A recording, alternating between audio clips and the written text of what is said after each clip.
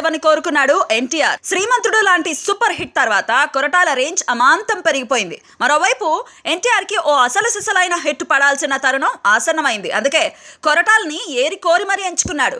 నాతో ఓ సినిమా చెయ్యాల్సిందే అంటూ కొరటాల చుట్టూ తిరిగాడు. దసరాకి సినిమా ప్రారంభం కావాల్సిందేనని పట్టుబట్టి మరీ కూర్చున్నాడు. అందుకే కొరటాల ఇప్పుడు ఎన్టీఆర్ నెత్తినెక్కి కూర్చున్నాడు. ఎన్టీఆర్ మాటల్ని అస్సలు పట్టించుకోవటం లేదని ఫిల్మ్ నగర్ కోడై కూస్తోంది. టైటిల్ దగ్గర నుంచి అన్ని తన ఇష్ట ప్రకారమే నడిపిస్తున్నాడట కొరటాల. హీరోయిన్ల ఎంపికలోనూ కొరటాలదే ఫైనల్ డెసిషన్ అట. ఈ విషయంలో ఎన్టీఆర్ది ప్రేక్షక పాత్ర అని తెలుస్తోంది.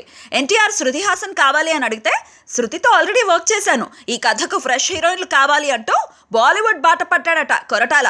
అక్కడి నుంచి పరిణితి చోప్రాని దిగుమతి చేయబోతున్నట్టు టాక్. అంతేకాదు ఈ సినిమాలోని ఓ కీలక పాత్ర కోసం హరికృష్ణన్ తీసుకుంటే బాగుంటుందని ఎన్టీఆర్ ఆలోచన. తండ్రితో నటిస్తే నందమూరి అభిమానుల్ని మరింతగా ఆకట్టుకోవచ్చని, తమ ఫ్యామిలీ బాండింగ్ కూడా బాగుంటుందని ఎన్టీఆర్ ఆలోచన. అయితే ఈ ఐడియా కూడా కొరటాలకు నచ్చలేదని తెలుస్తోంది. అందుకే మోహన్ లాల్ ని రంగంలోకి దింపాడట. హరికృష్ణ కంటే మోహన్ లాల్ బెటర్, కమర్షియల్ గాను బాగా వర్కౌట్ అవుతుంది అంటూ ఎన్టీఆర్ ని ఒప్పించాడట.